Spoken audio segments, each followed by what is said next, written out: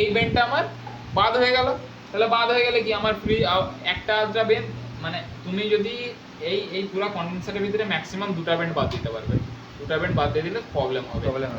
তারপর থেকে কুলিং এ ইফেক্ট পড়বে, ঠান্ডা হবে না। হ্যাঁ এইটা তো লোকাল ব্র্যান্ড, এতে একটা বাদ দিলেও কুলিং এ ইফেক্ট পড়বে, সেটা কথা নয়। ইফেক্ট করবে, ইফেক্ট পড়বে। কন্ডেন্সারটা পুরো চেঞ্জ করতে চেঞ্জ হবে। করতে হবে। কন্ডেন্সার চেঞ্জ করার জন্য নরমালি কাস্টমাররা এগ্রি করে। ওগুলো ইন্ডাস্ট্রি মানে ব্যাংকের জন্যই করে না। লোকাল একটা তোমার কিনাই পড়ে যাবে অলমোস্ট 5,500 টাকা, শুধু এটা কিনা। তুমি 7,000 টাকায় বিকবে কাস্টমারকে, তারপরে গ্যাস চার্জ আছে, অতএব অলমোস্ট 11,000 টাকার গায়ে খরচা, কাস্টমার সহজে করাতে চাই না। ঠিক আছে, বুঝতে পারা গেছে কি বললাম? মানে আউটডোর বাদ দিই তো। আমি কি বললাম? না। ওই জন্য রিপেয়ার করতে হবে, বুদ্ধি লাগিয়ে একখানা বেড বাদ দিয়ে দাও। ঠিক আছে, যেটা পাওয়া যাচ্ছে সেটা বাদ দিয়ে এইগুলো খুলে দিয়ে ডাইরেক্ট খুলে দাও।